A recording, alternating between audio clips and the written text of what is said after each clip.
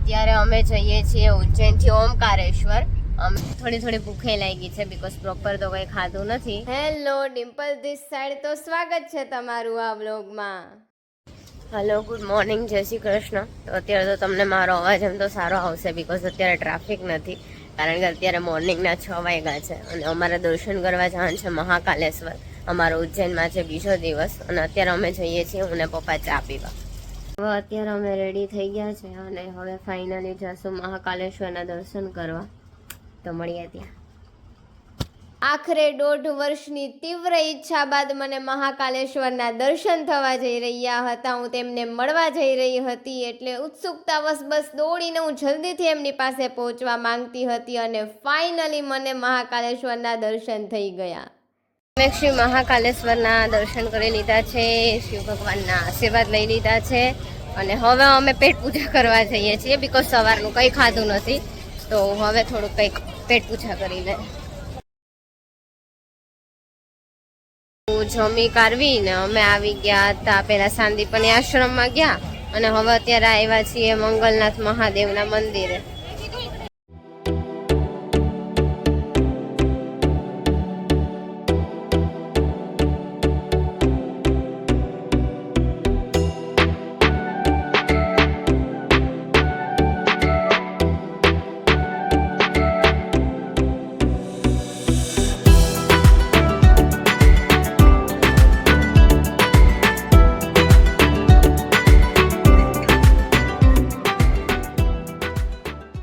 પહોંચી ગયા મંગલનાથ મંદિર. અમે જ્યારે મંદિરની અંદર પ્રવેશ્યા ત્યારે ખબર પડી કે અહીંયા પણ બહુ મોટી લાઈન હતી. બોલો, પણ આ ડોગીસને જુઓ, કોઈ ટેન્શન છે, લોકોની આટલી બધી ભીડ છે, અવાજ છે, છતાં મસ્ત સૂતું છે. તો ફાઇનલી થોડી વાર લાઈનમાં ઉભ્યા બાદ અમને ભગવાનના સરસ મજાના દર્શન થઈ ગયા. આરામ કર્યા બાદ ગરમા ગરમ ડિનર કરીને તૈયાર થઈને અમે પહોંચી ગયા ફરીથી શ્રી મહાકાલેશ્વર મંદિર ભગવાનની શયન આરતી કરવા માટે.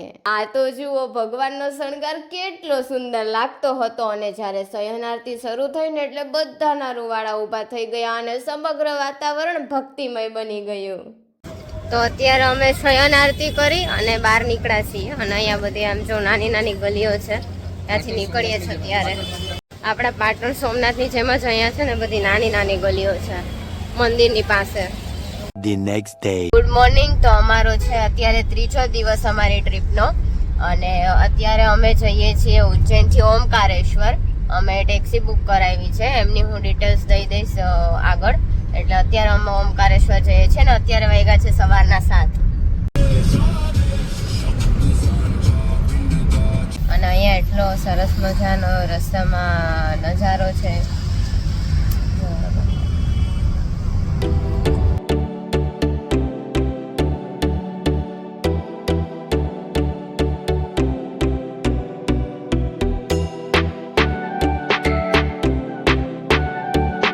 અત્યારે તો અમે ઓમકારેશ્વર મહાદેવને ત્યાં પહોંચી ગયા છીએ. અત્યારે તો દર્શન બંધ છે, હવે હમણાં જઈએ છીએ દર્શન કરવા.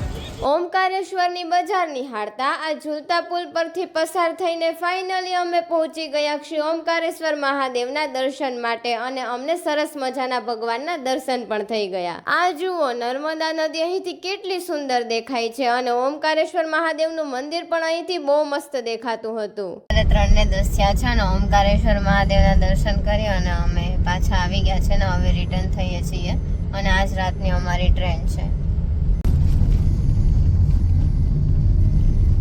અત્યારે અંધારું કેટલું છે એ જો, કેટલું અંધારું છે. આખું બધે વાદળા છવાઈ ગયા છે આકાશમાં.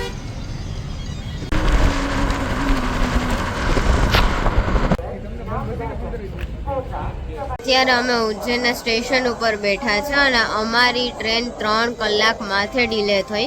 એટલે અત્યારે વાગ્યા છે રાતના 2:30. એક તો ઓલરેડી થાકી ગયા છે અને ઉપરથી આ બેનનો અનાઉન્સમેન્ટ પૂરો નથી થતો.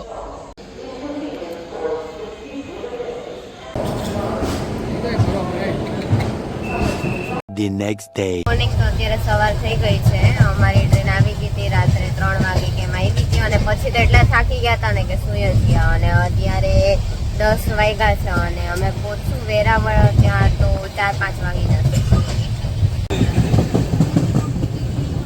ફાઇનલી અમે વેરાવળ પહોંચી ગયા છે. 4 દિવસ મસ્ત હરી ફરી લીધું, ભગવાનના દર્શન કરી લીધા અને હવે ફાઇનલી વેરાવળ આવી ગયા છે. કાલ રાતના બેઠા હતા ઉજ્જૈનથી 3 વાગ્યાના અને અત્યારે થયા છે સાંજના 7. અત્યારે છેક પહોંચ્યા છે.